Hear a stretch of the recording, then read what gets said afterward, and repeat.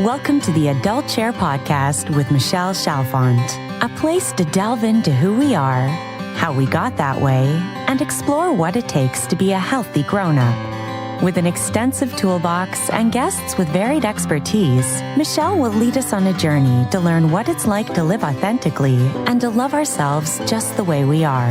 And now, here's Michelle.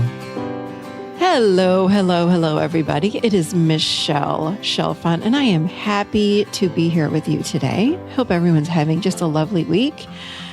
I am actually very happy to be I think the weather is finally lifting for us. We have had so much rain here in Nashville, Tennessee. We've been living under a gray cloud with lots of thunder and lightning and lots of rain. The weather has been kind of crazy all over really the United States, with snow in LA and Las Vegas, which is insane. And really, this gray cloud seems to have parked over Nashville to the point where we didn't even have school open on Friday because of all of the rain and the flooding. It's lasted for days and days and days, but finally, it is lifted.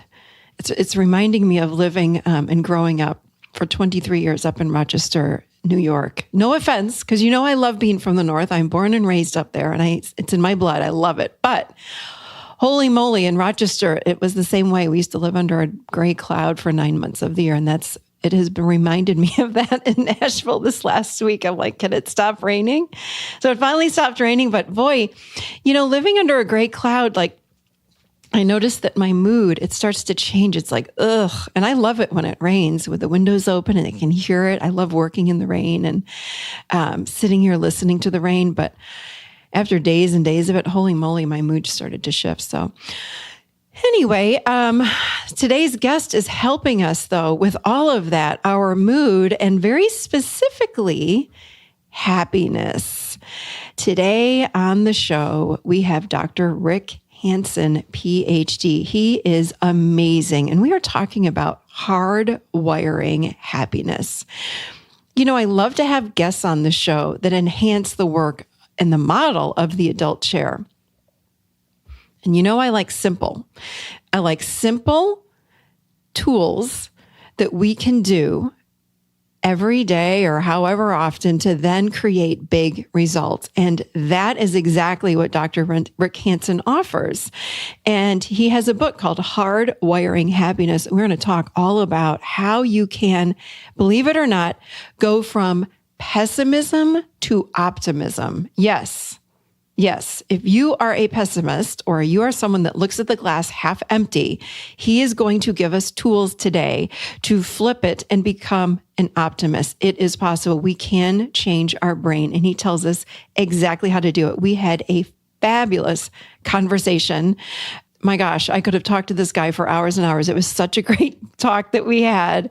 But I think you're going to love the show because of the simple tools on how to become more happy, how to really even work your way out of depression and all of these things. And he talks about the brain and what we need to do in order to make that happen.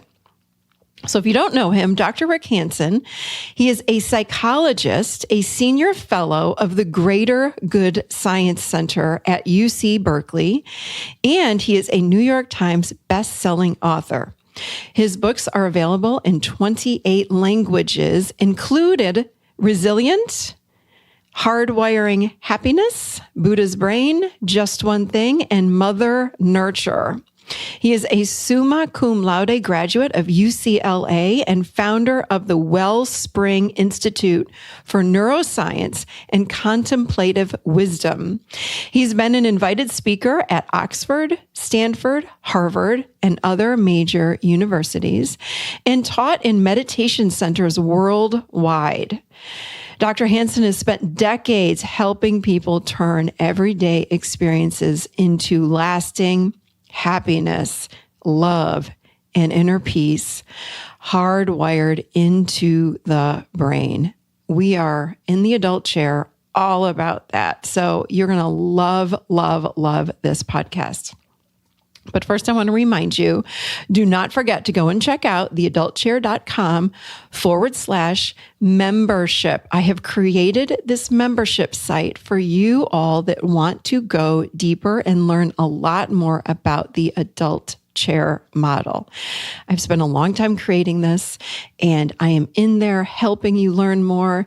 You get a monthly talk, a monthly guided meditation, live Q&A, live videos. It's a lot of information, and I'm there to help you with your questions and to learn more and take that deeper dive into the adult chair model. So come check it out, theadultchair.com/membership. And we also have a Facebook group that is included in that membership where I am very, very active again and doing live streams and really helping you all in there. So come join us and we'd love to have you.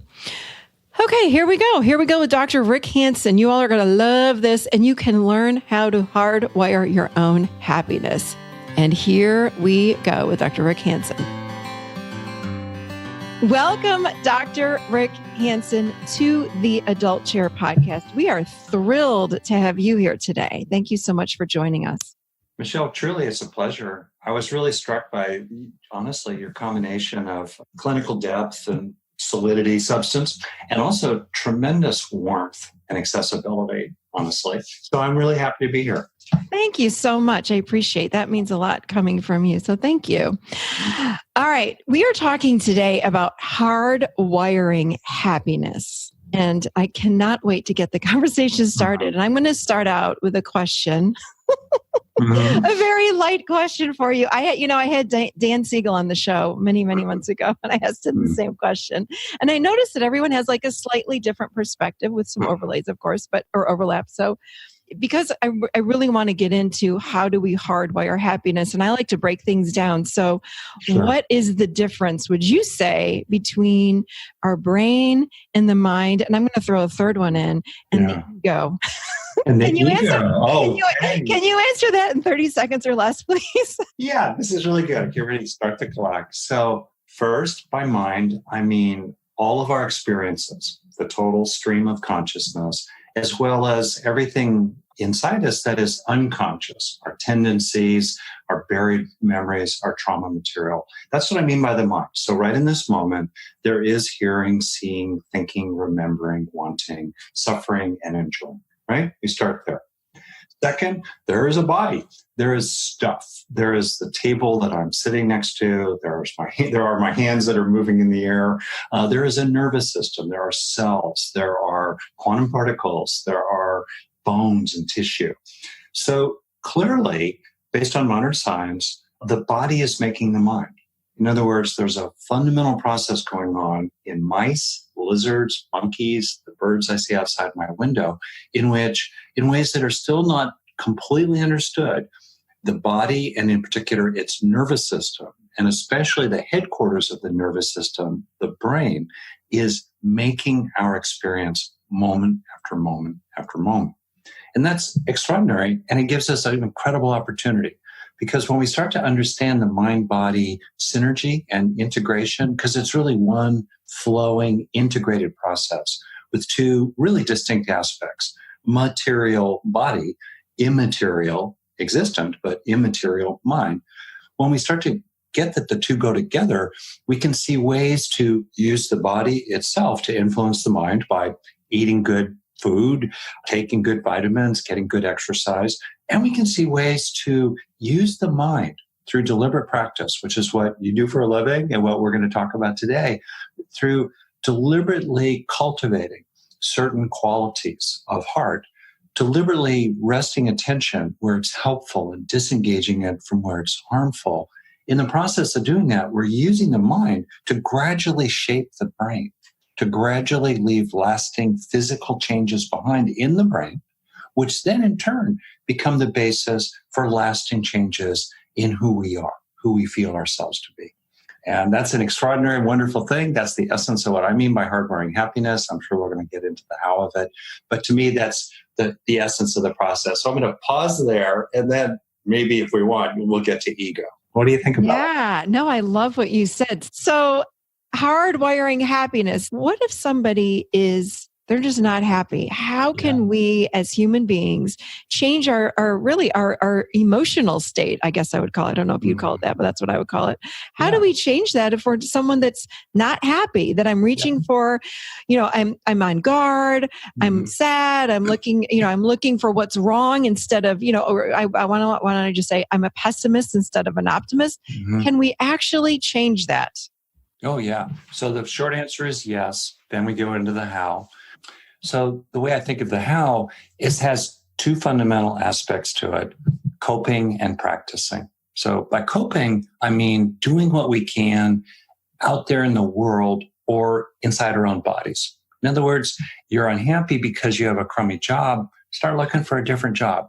If you're unhappy because your roommate is a total jerk, get a different roommate, speak up, ask others to step in, call the police, take action. I'm a therapist, been a long time like you working with people, and there's no replacement for good old-fashioned character and taking action in the actual world. So I want to just gotta tick that box, including, by the way, take action inside your health. If you're unhappy chronically, get a checkup. Very often, depressed mood is a symptom of something that's not quite right in your body. Maybe it's not enough to put you in an emergency room, but it's definitely not optimal. Tune the body. So as an important domain of action. All right. So let's say the person's done it. All right. They've done the coping thing, or they're doing what they can. And coping and practicing go together. By practicing, I mean, what do you do with your own mind? How do you relate to your experience moment to moment to moment? How do you try to learn from it? How do you try to guide it? That's what I mean by practicing. All right. So now we're in the domain of your relationship with your experience, your thoughts, your feelings, your reactions, how you talk to yourself, what you do with that deep material from your childhood, your last relationship. Okay, that's practice. I think of practice as like a three-legged stool. The three legs of the stool are love, mindfulness, and learning. Loving, knowing, and growing, essentially. And many people, unfortunately, have a three-legged stool that's like a pogo stick. They just are good at one thing. Maybe they're really mindful. They can meditate, but their heart is cold. Or maybe they're really warm-hearted. They're really sweet, but they're not learning very much. It's kind of same old issues, day after day, year after year. So we need all three together, right? We need to be aware of what we're experiencing. We need to bring warmth to it. Support, encouragement, compassion, and encouragement, guidance, rather than criticism to ourselves. And we need to learn. We need to grow. We need to develop ourselves over time. Now, of those three, the third is the one I focus on. The first two, many people have addressed a lot. It's shocking, actually, isn't it, that in our profession, there's actually almost no attention paid to how the client or the person or ourselves can be active inside their own minds to get the most out of the experiences they're having. In other words, to grow the most from the experiences they're having. The insight they had at the therapist office, the good intention they had after a night of drinking too much or eating too much or whatever it was, or that interaction with a partner or a child where you know inside yourself, whoa, that wasn't good, and I need to take a different road next time, and yet you take the same old road the next time still. You don't learn from it. The question is, how do we learn and grow? That's what I mean by hardwiring happiness. What is the fundamental how of helping yourself to steepen the rate at which you become fully the person you want to become? So that's what we can now talk about, but I wanted to frame what we're talking about. Yeah. No, I love that. But here's where I want to explore a little bit deeper with you. Yeah. So with the third part of the stool, what I would call that would be awareness, like raised awareness. For example, I went out, I got drunk, and I came home and I yelled at my spouse and we had a huge fight, but yet I'm not looking at the fact that maybe I have a drinking problem because I've done it 4 times in a row in the last month or something like that. It seems to me, in my experience, that that's got to come from within. I can't teach someone how to be more aware, or can we? Oh, you totally can. I mean, that's a got to want it on the inside. They've got to want to see what's going on with their reality and own that reality. Well, so let's take that example. So let's say we have a person who, is upset. We start there. We start with something we're experiencing. So first, We have to know it. We recognize, wow, I'm really upset, or something's bothering me. Or, you walk away from, maybe I'll use a different example. You walk away from an interaction with someone and it didn't feel good. You feel hurt by it, or you notice you're resenting them. You feel like you have a grievance with them. Really normal range things. Or you could just say that you just feel shadowed by this ache in your heart related to something that's happened to you. All right. You start by knowing. You feel it. Okay. Then it's really important, as you know, to deliberately mobilize inside yourself a warmth, a lovingness for yourself, a compassion, an encouragement, a kindness, a sense of common humanity. In other words, it's not just enough to do bare witnessing. I think that while I'm a longtime meditator, a longtime meditation teacher, deeply grounded in contemplative work, and especially Buddhist contemplative work, just observing a stream of consciousness is not enough. Many people get stuck there. They could write a doctoral thesis on the stream of consciousness in themselves, and they're still miserable, neurotic, and I don't know if I can use the word, starts with an A, ends with an E, and it's got a hole somewhere in the middle, but, they're kind of a jerk. Jerk, that's a good old word. I like it. Anyway, so we can't just witness it. We have to bring warmth to it. Okay, then the question becomes, is the person learning anything? And I think that's where, honestly, a certain tough-mindedness comes in. And I think you're exactly right. You have to stand on your own behalf. You have to stand up for yourself, right? If you're not at all, if you're not at all, but I think on the other hand, a lot of people, they are suffering. They don't want to suffer. Once in a blue moon, you have a person who's dedicated to their suffering. They're wearing their grievances like a badge of honor. But most people, in my experience, don't like feeling the way they feel. They don't like if they're unhappy, if they're suffering. And they don't like acting the way they're acting if they're caught up in conflicts, or they're just really, for example, afraid to speak up, or really inhibited in problematic ways. They want to change. They just don't know how to change. And so the how to change, I want to distinguish between awareness, which simply means, the kind of space in which experiences flow, right? There's awareness. But then the awareness itself is receptive. It's not active. It doesn't do anything. It's like the screen over which, the movie, right? Awareness is the screen on which the movie's projected. So the screen doesn't change. The movie changes. So the screen changes. But then the question becomes, how can we help ourselves grow from insights we're having or experiences we're having? That goes to like I said, the third leg of the stool of learning, growing, developing, healing, cultivation. You may know this from your background in the language of early Buddhism, bhavana, cultivation, development. All right, how do we do that? The key to that is in two steps. First, experience whatever you want to develop in yourself. We have to start with an experience. We can't jack a cable into the back of the head and suddenly become a wise, strong, and loving person. You know what I mean? We have to earn it. We got to do it. So you start with an experience. So there you are. You wake up hungover and you feel ashamed. You feel bad, and you just, and there's remorse inside you, and you just know it's good for you and good for others to act in a different way. You're starting with an experience there, let's say. Or let's say you feel hurt.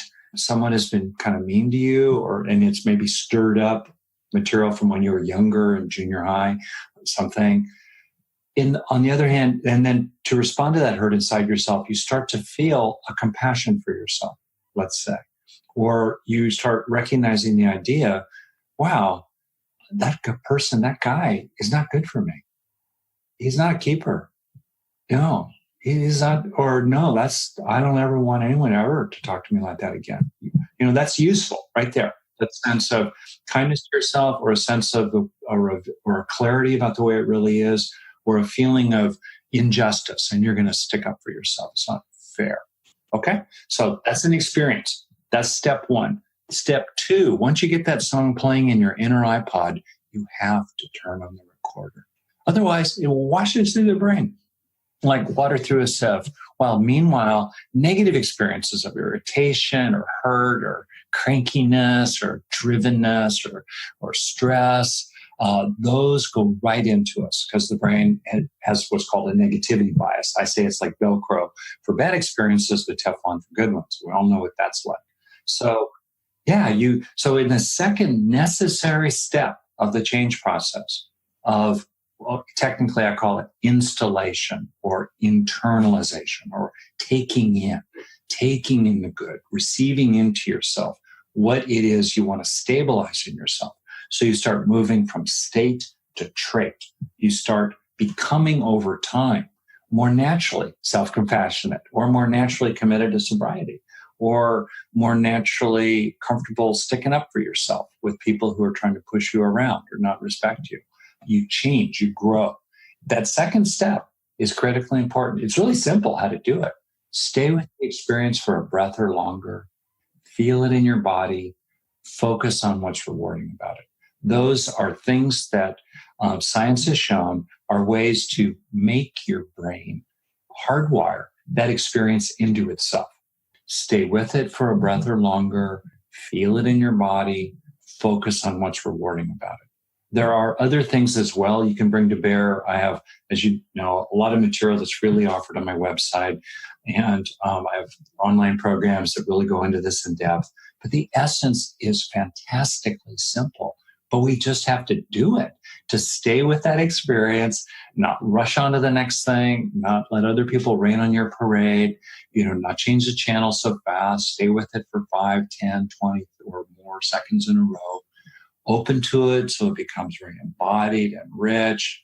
There's a famous saying, neurons that fire together, wire together. Get as many neurons firing together as possible and focus on what's rewarding about it, which will increase technically activity of dopamine and norepinephrine, these neurotransmitters systems in the brain that will flag the experience you're having at the time as a keeper for priority in long-term storage.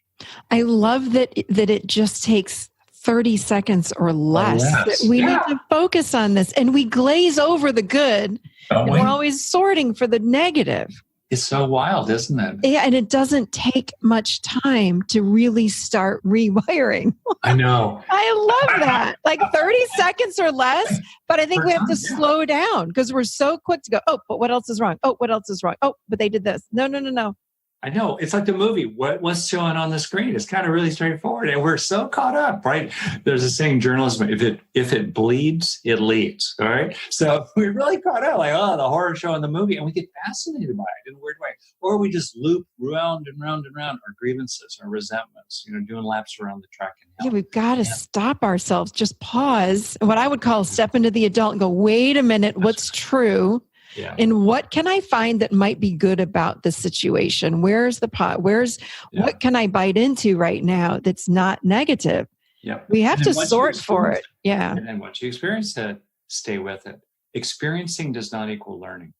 We're really good at changing the channel, but then we don't learn from the new show.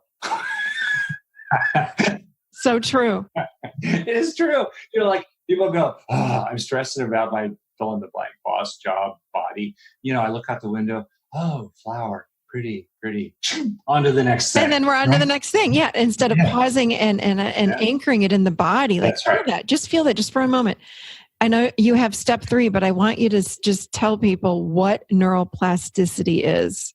Oh, sure. This is the big deal here because this is how it is possible to change. Yeah, that's right. Neuroplasticity simply means the capacity of the nervous system to be changed by the information moving through it, including the experiences that the person or the squirrel or the rat in a study is having. So neuroplasticity just means that experiences can change the brain in terms of its structure and function and the nervous system generally.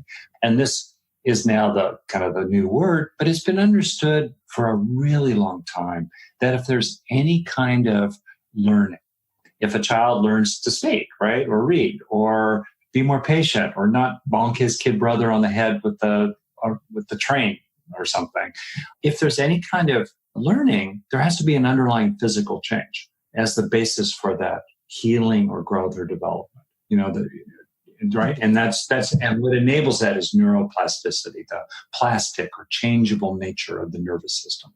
So would you say then that if somebody is a pessimist, that they can eventually, by practicing some of the tools that you have here, become an optimist? Can we do that? Totally. I mean, let me be clear. There is true. So if you just think about it, evidence of mental change is evidence of neural change. Otherwise, we're just left with magic. And there is incredible amounts of evidence informally as well as in formal studies that with deliberate effort, it does go back to your point about the person needs to move into the adult chair. And then from that seat, make efforts inside their mind. They need to practice inside their mind again and again. And for genuine change and learning to occur. That said, there's tremendous evidence that if people will do that, which is usually less than 10 minutes a day, and I'll talk about how you can spend 10 great minutes every day, and I'll challenge people to actually do this. There's tremendous evidence that if people engage deliberate practice, sometimes formally, like with a therapist or a coach or a program, like you've got some neat programs, or if they do things on their own, kind of just in the flow of everyday life, they're always nudging themselves up that growth curve, up the learning curve, up the trail, then they can actually change. Now, our temperament will remain. My temperament, maybe hard to believe in this interaction, is I'm fairly shy and introverted. I'm kind of quiet by nature. I love going out to dinner by myself and reading a book, and I'm not embarrassed about it. I love being in the wilderness alone. Right? So our nature is what it is. On the other hand, we can become more skillful, right? Become more skillful for learning and growing. We can become more skillful with our nature, and we can nudge our nature in different ways. It's interesting. Nature, nurture. Bottom line, roughly 70% of who people become in adulthood especially is acquired. It's not innate. It's not based on their genes. It's not based on anything heritable. Just think about that. Yeah, I was going to ask you, so are we born a pessimist or an optimist, or we just become that because of who we're raised? Okay. Yeah. So there are innate tendencies. Like, for example, the joke on parents, if you have one kid, you believe in nurture because, of course, you're wonderful and that's what's made your child the way your child is. You have two kids, you start immediately believing in nature because you see these kids have a really different nature as we have two kids. So but the way I think of it, bottom line, it's roughly about in childhood, where especially the first 5-6 years, our innate temperament has a lot of effect because we haven't yet had much time to acquire different qualities and different ways of being. There hasn't been much time for the environment to affect us or for us to help ourselves grow by what we do inside our own minds and how we manage our reactions to things. So maybe it's 50-50 nature, nurture-ish in childhood. But by the time you land past your 18th birthday, pretty much, at that point, who we become as adults, it's very influenced by external forces, good bosses, bad bosses, good partners, bad partners, good luck, bad luck, culture, poverty, grinding, being targeted every day in small ways and sometimes large ones for casual discrimination, racism, prejudice, sexism, fill in the blank. On the one hand. On the other hand, maybe you live in an environment or you're with people that are really supportive of you, kind to you, they see the best in you, or you stumble into something like your material and wow, you person really takes it for a good ride. We're very influenceable both by what's happening outside us and inside us. And I'm deeply interested in what we can do inside ourselves because that's much more reliable, right? It's great to have good environments, but we don't have a lot of influence over it. And frankly, it can turn to crap pretty quickly. But what we have inside ourselves that we grow over time, that's what you can really count on when things fall apart. And you can feel that you're earning who you are becoming, which is, of course, also deeply satisfying. So are we born with resiliency, or again, is that something that we learn from our parents when we're growing up? Both are true. Some kids, it goes about 1/3, 2/3 thing again, 50-50 maybe. In other words, some kids are born prematurely, or they have a genetic glitch. They're hypersensitive, very colicky. I have a lot of background in early childhood. On the other hand, some other kids are born, you could just drop them. Yeah, and like they just somehow always rise, and that's really deep in their nature. That's true.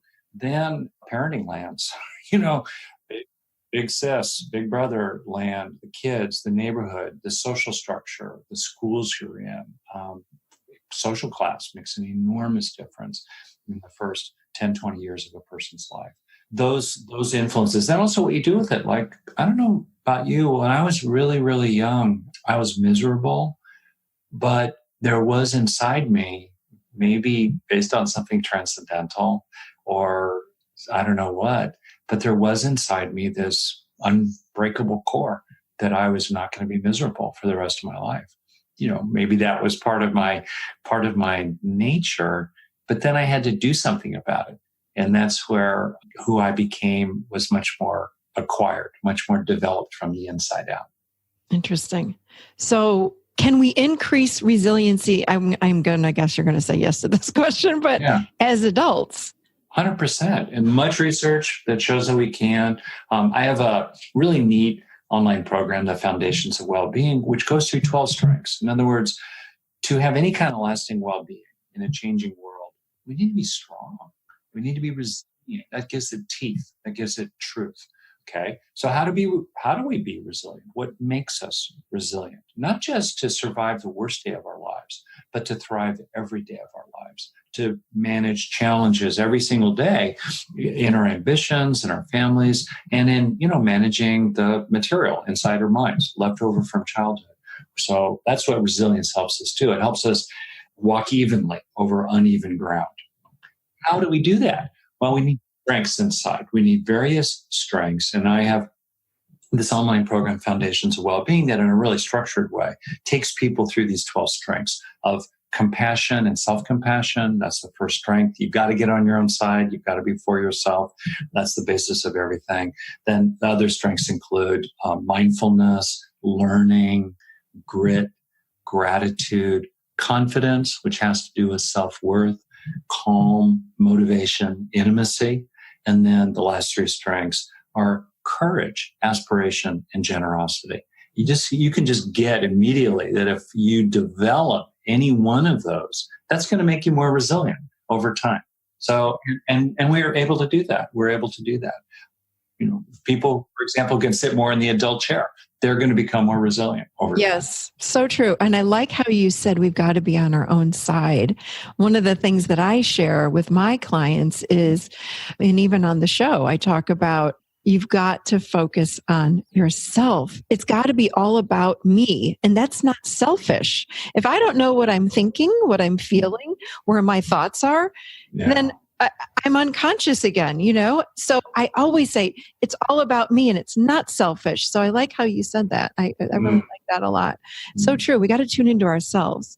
Yeah. So you talk a lot about well-being, but is that the same thing as happiness?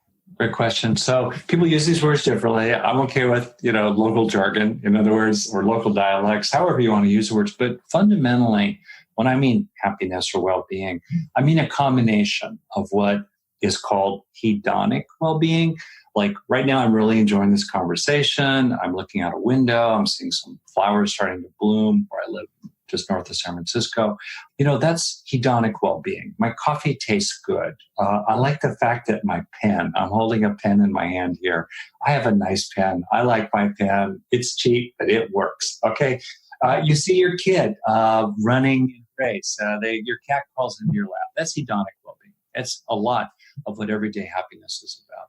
There's also, the term eudaimonic well-being, the sense of meaning or fulfillment or purpose. And a good example for me of the difference is that when our kids were little, sometimes I'd get up at 3 a.m. and walk our son or daughter back to sleep for the third time that night. And I wasn't having a lot of hedonic well-being, being awakened yet again and wondering why I was getting up.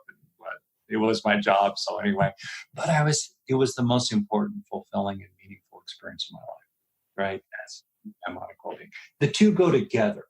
A lot of people will sort of snip at hedonic well-being. Ugh, that's just West Coast New Age, right? That's the frosting on the cake. What really matters is that fulfillment of working 60 hours a week and knowing that you're climbing the corporate ladder. And I step back, I go, really? What's so bad about hedonic well-being? We wish it for others. We wish it for our kids. And as you internalize, that's that second step of the change process. As you receive into yourself, as you take in the good, as you establish increasingly inside yourself the residues experientially of moments of hedonic well-being, you gradually grow, you shift your mood from depression to happiness, from anxiety to happiness, from irritability to happiness, because you are literally hardwiring the residues of these experiences of ordinary gratitude, accomplishment, pleasure, love, connection, everyday wonderful experiences of hedonic well-being. You're wiring them into yourself if you take that extra breath or two to stay with them, right? And gradually over time, that helps build up a sense of fulfillment and meaning and purpose as well. So the two go together, and I think it's important to not dismiss those opportunities we have many dozens of times a day to register for 5 or 10 or 20 seconds at a time an ordinary, typically mild, but genuine, wholesome experience, including moments of insight or determination or a sense of feeling really strong inside. That's also really important to internalize. I'm not just talking about, smell the roses along the way. That's really great. I'm talking about letting it really sink in when you can feel how to do it, how to run a meeting better at work, or when you feel really determined and strong when you hold that Pilates pose, for the extra 10 seconds while the instructor's yelling at you. Those two are really, really important things to take into yourself and become. I remember using the example on the show, and I think it was one of the podcasts I did on self-love, or maybe it was being like the biggest cheerleader for ourselves. And I used the example of, I made my kids lunch today. I'm a really good mom. And I'd sit in that feeling because I had 2 boys that wanted to do sports and Legos, and I didn't really want to do Legos and play dinosaurs. So I used to think, oh, I'm such a bad mom. And then I started to shift it when I'd find these little itty bitty moments throughout the day of something as simple as I'm making their lunch. I'm a really good mom. I got up and made their lunch. And I started to feel so differently about myself because of these little snippets of what I would stop and notice, like, oh, hey, I made their dinner. Hey, they just came up and gave me a hug. And I'd sit when they were holding me or I was holding them, and I go, they really love me and I love them. And it'd be like these brief moments. So I'm just realizing, I think I was applying your theory without even noticing. That's exactly right. I didn't know what I was doing, but I think that's what you're talking about. But these little moments in your studies, because I know you've done many, or your research, how long do you find it takes people to start to notice shifts in who they are by applying this really pausing and having that self-compassion? How long does it take? 1 day. Oh my God, you're kidding.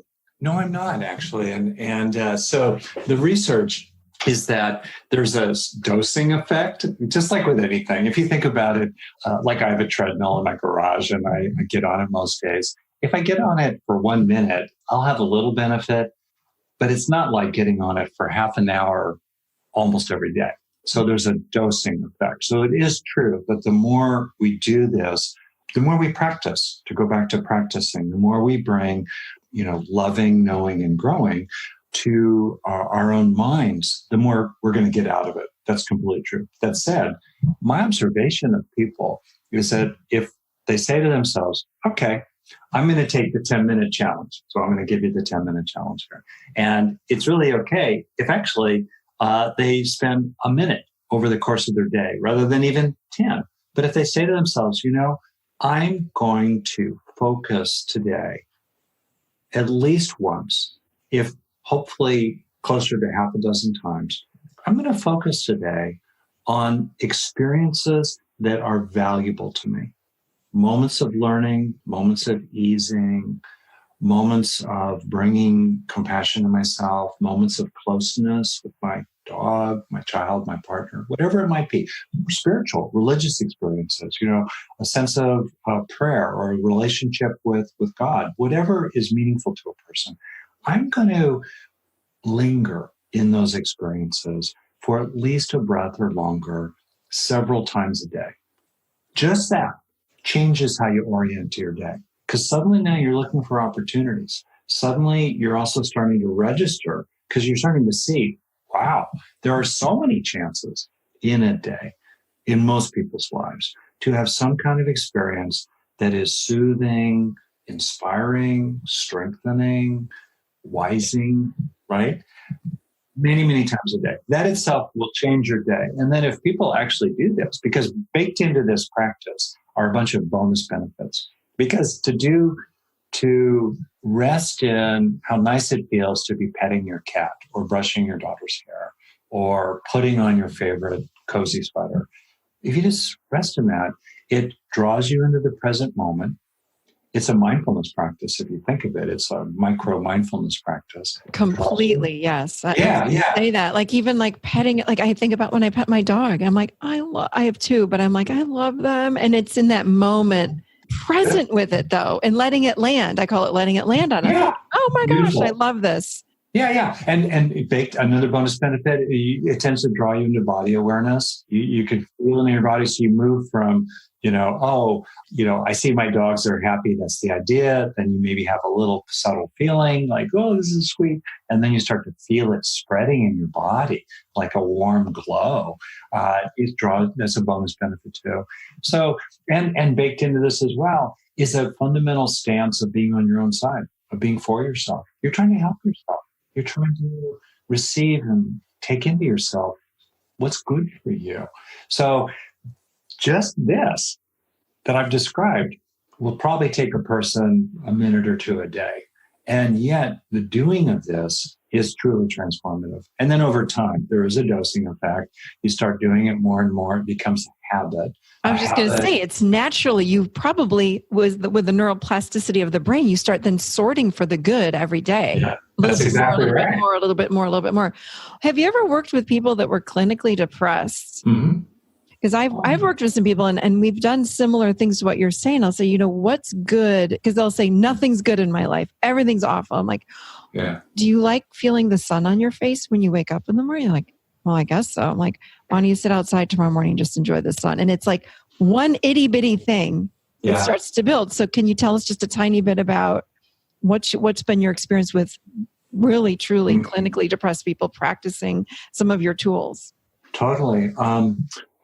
First, I think, as you know, we need to start with the knowing aspect of the three-legged stool of practice, where we just feel our feelings. We acknowledge what's going on, and sometimes the depression has a sense of grief or loss in it, a sense of despair. So there's a place for feeling it. But then also, just like you're saying, and also, what can you do about it? And with people who are profoundly clinically depressed, truly severely depressed, they would kill themselves if they could get out of bed, basically. Then I think this practice I'm focusing on here is not so indicated because they just can't mobilize any kind of, like literally they can't get out and sit in the chair and feel the sun on their face. Or even if they do, nothing happens. It doesn't move the needle. But for moderate to mild clinical depression, which is serious, you're already meeting the criteria, or what's called dysthymic disorder. It's a milder version of depression. It's more like the blues. Or, you're just kind of mopey. You're a little melancholy. You're not even up to diagnosable dysthymic disorder, but you're not a happy camper. For people like that, you're exactly right. That embedded in many, many well-established paths of treatment is behavioral activation, quote unquote, where you get people to do things. And then implicit in those methods that work is what I call internalization. I wish most methods were much more explicit, about the internalization phase, because I think many people, probably the third to 2/3 of the people who go through a treatment protocol and don't get much out of it, unlike the third who does get a lot out of it and who therefore creates on average statistical significance. But what about the half of the folks who don't get much out of it? Most of them don't get much out of it because they're not internalizing. They're actually having the experiences in the moment. They feel the sun on their face, but they're not doing that second step of installation, of helping that experience make a physical change in their brain so that over time they start having inside themselves more of that feeling of comfort and pleasure. What I tell my clients, or I don't tell them, what I invite them to do is to what I call, are you living above the chin? I always say, drop below the chin. Where do you feel it in the body? Let's live down below the chin, because that's the missing part. You know, we might, like I said, like take in the sun, like, yep, that was great. I loved it. But how did you feel? Like, did you let it land in the body? That's right. Oh no, do it again tomorrow. And then then the next week they'll be like, oh my gosh, I felt it. It really does change how we feel internally. So, well, this is great news about depression. Thank you for sharing that. I don't think we covered your change in the change process, your step 3, did we? I don't remember. Oh, I think so. So if I get you right, no, there's just 2 steps. If you think about it, fire together, wire together. But you got to get that just because they're firing doesn't mean they're wiring. In other words, experiencing does not equal healing or learning or growing or developing or transformation, awakening. And so, can I tell you my 10-minute challenge? All right. I bet you can relate to this. So I've been working with people a long time, and it's made me, I think, more compassionate, more tender. It has softened my heart, I think. It's also made me tougher, frankly, to really see that while no one can stop us from learning and growing from our experiences, no one can do it for us. We need to do it for ourselves. And I've seen routinely, I have a business background too, that people will work hard at getting good at stuff that they don't value very much, or is kind of trivial in their life, like getting better at their putting in golf or something like that. Nothing wrong with that. I just mean, it's not really that significant. And yet on the other hand, getting better at parenting, becoming a better husband or wife or partner, or becoming wiser with their own reactions to things, they will hardly lift a finger. And to me, well, you reap what you sow. You know what I mean? And so there's the tough-minded part. So that said, here's the 10-minute challenge. It has 3 parts to it. That'll take less than 10 minutes a day. First, as you go through your day, look for those opportunities a handful of times to slow down and take in the good. That we've talked about that. Those little moments where you just stay with it for a breath or longer, feel it in your body, focus on what's enjoyable or meaningful about it. That will hardwire over time that experience into your brain and make a lasting change there. Just that alone. So that, so far now, it takes about a minute or 2 a day. Really, when you add up those half dozen times a day, each one of which is 10 or 20 seconds long. Okay. Second aspect of the 10-minute challenge is to have in your mind one thing, at least one thing that you're really trying to develop in yourself these days. What's one thing that's high priority in you to grow?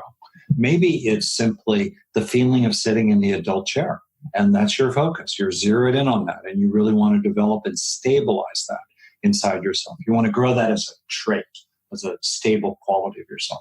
Maybe what you want to do is build up a sense of worth, or a sense of your needs matter as much as anybody else's inside your family. Or maybe you want to grow more patience, more self-control. When your teenager's aggravating, you keep your cool. You keep your grown-up hat on. That's the one thing you're trying to grow these days. And in my methods, I have a lot of material as well about how you can take the one thing that you're really working on and have it connect with and sink down into and soothe and heal those deeper, often younger places inside that didn't get what they needed. I love that. Yeah. So that's the second thing. And that will take another minute or 2 a day to focus on opportunities to experience the one key thing you're trying to grow these days, and then slow down, stay with it, feel it in your body, receive it into yourself.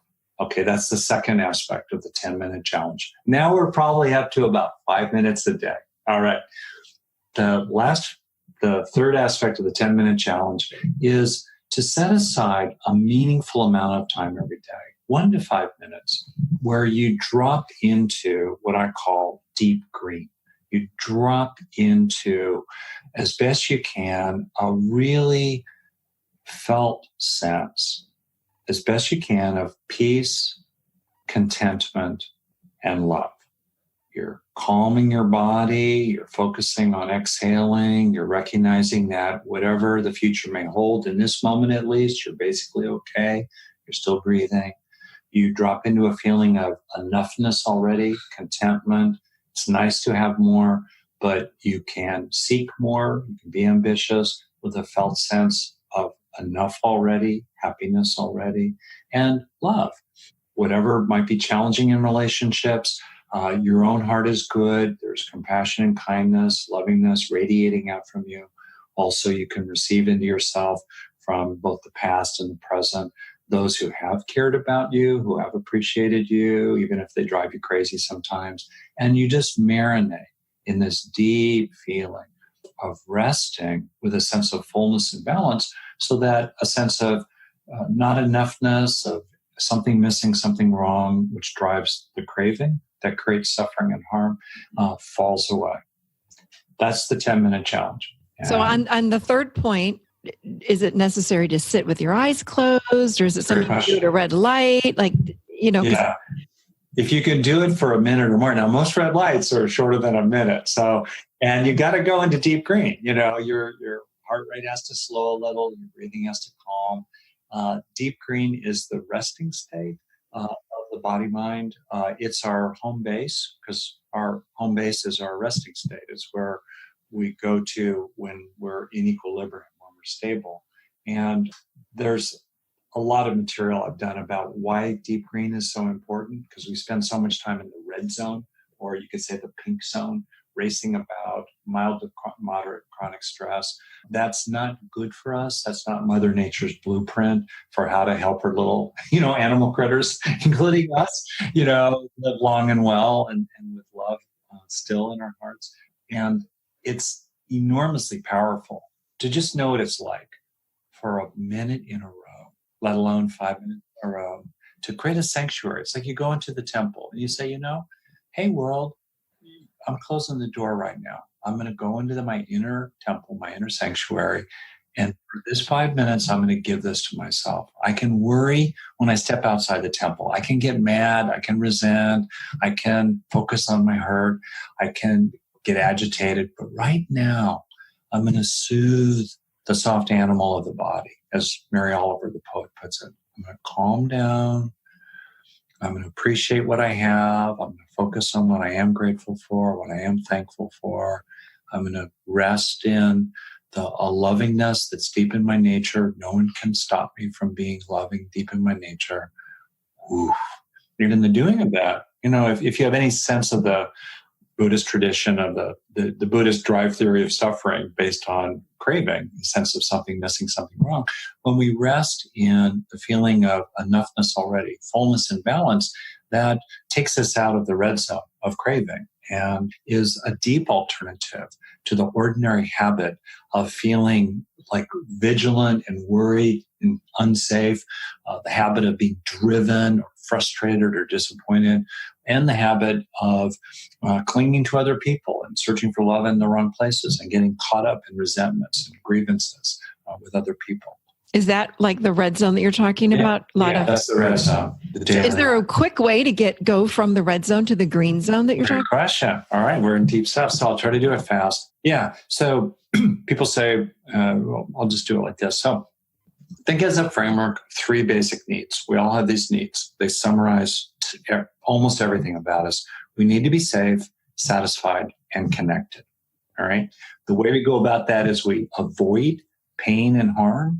We approach reward and goal attainment for satisfaction, and we attach to others, hopefully in good ways, to meet our needs for connection. So safety, satisfaction, connection, managed through avoiding, approaching, and attaching. These are classic ideas in psychology and biology that I've summarized in this simple framework. So when we don't feel our needs are met or we feel over-challenged, then we go into the red zone of fighting, fleeing, freezing, or appeasing.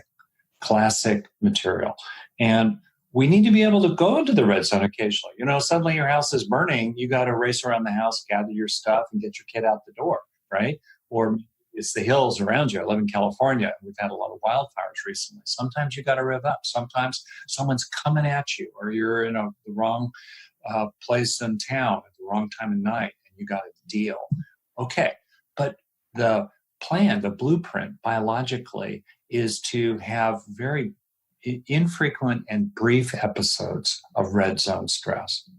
The problem is in our modern lives, we live in a very jacked up, tangled, complicated, alarmed way. Threat level orange, right?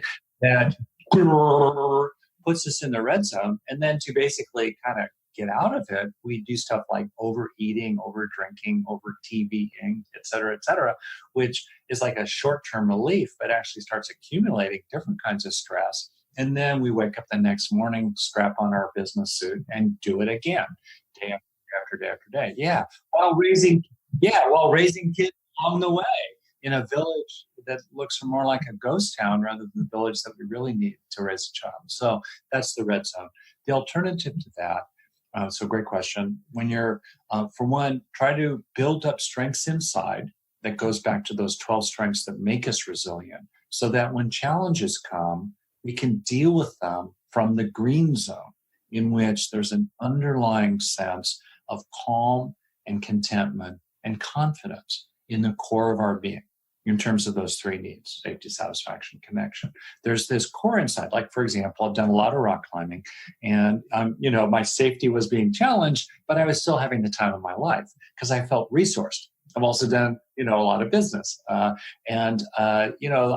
You've got to go for goals and be ambitious. And yet deep down inside there was a sense of enthusiasm and capability, and the challenges were manageable. So that's because resources have been developed inside. So the first thing is prevent red zone stress in the first place by growing resources and strengths inside yourself. Second, when you're in the red zone, get out of it as fast as you authentically can. In other words, don't feed it. Very often we're in a situation, we're trapped in traffic or we're driving to work on a rainy, crazy day. We're kind of in the red zone. But if we start obsessing about the dangers, we're just going to feed it. Or maybe you had an argument with somebody and it was upsetting. But then afterward, do you keep ruminating about it? Do you keep feeding it? If you're irritated or frustrated or disappointed at work in attaining a goal, okay, you're in the red zone for a moment, but do you keep obsessing about how bad it's going to be for you that you didn't make that sale or that your boss frowned at you in the meeting you just had? You're feeding the red zone. Don't do it. Third, build up over time the felt sense of the green zone. That's why that deep green practice is so important. That is what I'm thinking. If people are practicing the 10-minute or doing the 10-minute challenge, I would think we'd stay out of the red zone, or we could jump out of it much faster. And that's exactly right. And you can see examples around us, famous people, but also people in our lives. They're not famous, but they're kind of remarkable. They grace under pressure, right? Cool under fire. They're feeling it, and they're not sitting on their zafu eating bonbons made of tofu, and organic all day long. They're living in the real world, like they're the kindergarten teacher who's unflappable, or the coworker or boss who functions really well under pressure and is relaxed and happy at night, doesn't take their work home with them. They're not obsessed about it in their mind. There are many examples like that, and they show that each one of us can develop this, I call it the unshakable core, in the core of our being that can manage challenges to life. And around the edges of this unshakable core, naturally, until we're enlightened, feelings can arise like irritation or exasperation or hurt, and yet they don't penetrate the core of our being and occupy us. They don't take us over. And they don't rock us off kilter, or tip us over. We can manage. Oh, this is such good stuff. I love it. Yeah, it's so helpful. It's bit by bit. Yeah. And it's not like we have to practice this for 10 years to then change. I'm not hearing that at all. You're saying one day, and I love that. I think that everything you teach should be taught in schools. Our children need this material. I agree, not because I'm great. I mean it because it's really important. And a lot of research shows this is what will make the difference, mainly in a person's life. I love school. I'm a good student. I'm a total dork. And what's called intrapersonal intelligence and also interpersonal intelligence. So this is Gardner's model of 7 intelligences. Those two, which are hardly taught in school at all, make the most difference on average in a person's life, much more than verbal or analytical or visual or kinesthetic or musical intelligence, as important as those other 5 intelligences might be. Amazing. Yeah. This was, I would say, phenomenal. I loved this whole interview. Thank you so much. Where can people find you? Well, it's a pleasure to speak with you. I'm struck repeatedly by, just how good you are and how good you are at this. And clearly through this, you can see that you're a great therapist and coach and teacher. That you're a really good mom too. But anyway. I finally believe that because of because actually of what you've taught, which I didn't even know I was applying. So thank you. Yeah. I didn't invent it. I've tried to systematize it and apply it and kind of shout it from the rooftops why it's really important. But of course, the people who are successful, who have a steep growth curve, because that's what you're saying. You're a person who has a steep learning curve. And to me, that's really the question. How do we help ourselves be that person who has a steep growth curve, a steep healing curve? Exactly. Well, people can find more about my stuff. Just Google my name, Rick Hanson, S-O-N. Also, my website is rickhanson.net. I have tons of freely offered material there, really great online programs. They're very affordable. We also have scholarships for people who have serious financial need. Also, I have tons of freely offered material, TED Talks, guided meditations. If people are into the science part, I have tons of the science things. And mostly I just have lots and lots of very practical things people can do to help themselves and help others each day. So rickhanson.net. Perfect. Thank you so much. Thank you again for joining us today on the Adult Chair podcast. It was just a pleasure to have you on, and I would maybe like to have you on again in the future if you wouldn't mind joining us again, because we have a lot to talk about. Mind, the brain, the cosmos.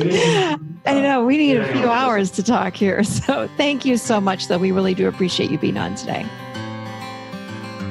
Alrighty, everybody. I told you that you're going to enjoy that show. It was such a good interview. I loved chatting with Dr. Rick Hanson. He really is a brilliant, brilliant man. And I hope I've given you all a lot of hope. I know people that have depression or anxiety, or they worry, or whatever it is, or they're maybe just seeing the glass as half empty and they're stuck in that. I really hope that this episode gave you hope in how to change the brain. It really is possible. So hope that you enjoyed that. I sure did. And do not forget, come join us at theadultchair.com/membership. If you want to learn more about the Adult Chair and take your journey deeper into your own adult chair, that is the place to do it. theadultchair.com/membership. And I look forward to seeing you all seated right here firmly next week in the Adult Chair.